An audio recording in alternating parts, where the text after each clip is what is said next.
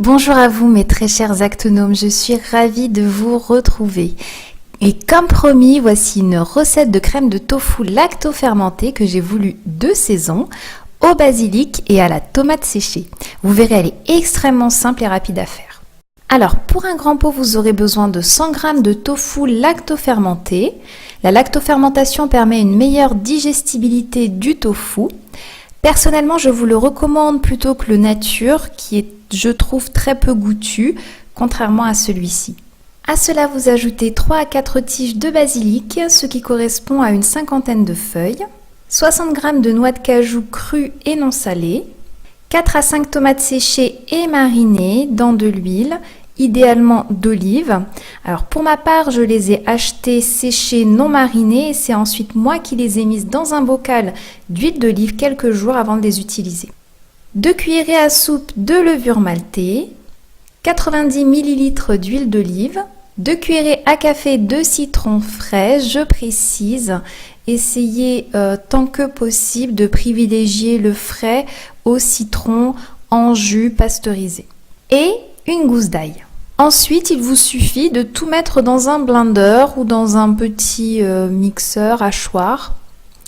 En commençant par le tofu lacto-fermenté, l'huile d'olive pour que le mixeur ou blender puisse bien mixer, les noix de cajou, les tomates séchées. Alors moi je les ai mis directement entières, mais si vous avez un hachoir, un mixeur, un blender qui n'est pas très performant, idéalement coupez-les en tout petits morceaux, ce sera mieux. Vous ajoutez ensuite le basilic, la levure maltée, l'ail que j'ai râpé pour faciliter un petit peu le travail du blender, 2 cuillerées à café de citron et il vous suffit tout simplement de mixer quelques secondes. Alors moi en mixant, je me suis rendu compte que la préparation n'était pas exactement comme je la désirais. J'ai donc ajouté de l'eau. J'en ai ajouté environ 50 ml. Mais vous pouvez entre 50 et 60 ml selon la texture que vous voulez obtenir. Et voilà, vous obtenez une jolie préparation crémeuse et onctueuse que vous pourrez tartiner sur du pain complet ou du pain des fleurs et à laquelle vous pourrez ajouter du basilic émincé.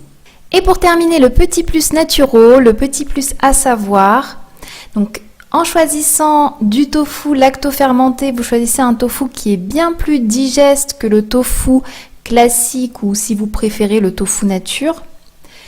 C'est aussi une bonne source de protéines végétales, mais à consommer avec modération car le tofu, tout comme les pois chiches, les lentilles, les haricots rouges, blancs, les flageolets, etc., sont une légumineuse. Et donc, ils sont à consommer de manière réduite. 1 à 2 cuillerées à soupe par repas est suffisant. Et c'est une recette qui est 100% crue, donc qui contient de nombreux nutriments, des bons acides gras avec l'huile, des vitamines, des minéraux, des oligo-éléments. Donc voilà. C'est la fin de cette vidéo, j'espère que cette recette vous aura plu. N'hésitez pas à laisser vos commentaires et vos suggestions pour de prochaines recettes. J'aurai grand plaisir à les faire et à vous les partager. Si vous avez aimé cette vidéo, n'hésitez pas à liker, à vous abonner à ma chaîne. Je vous embrasse tous et je vous dis à très bientôt pour de prochaines vidéos.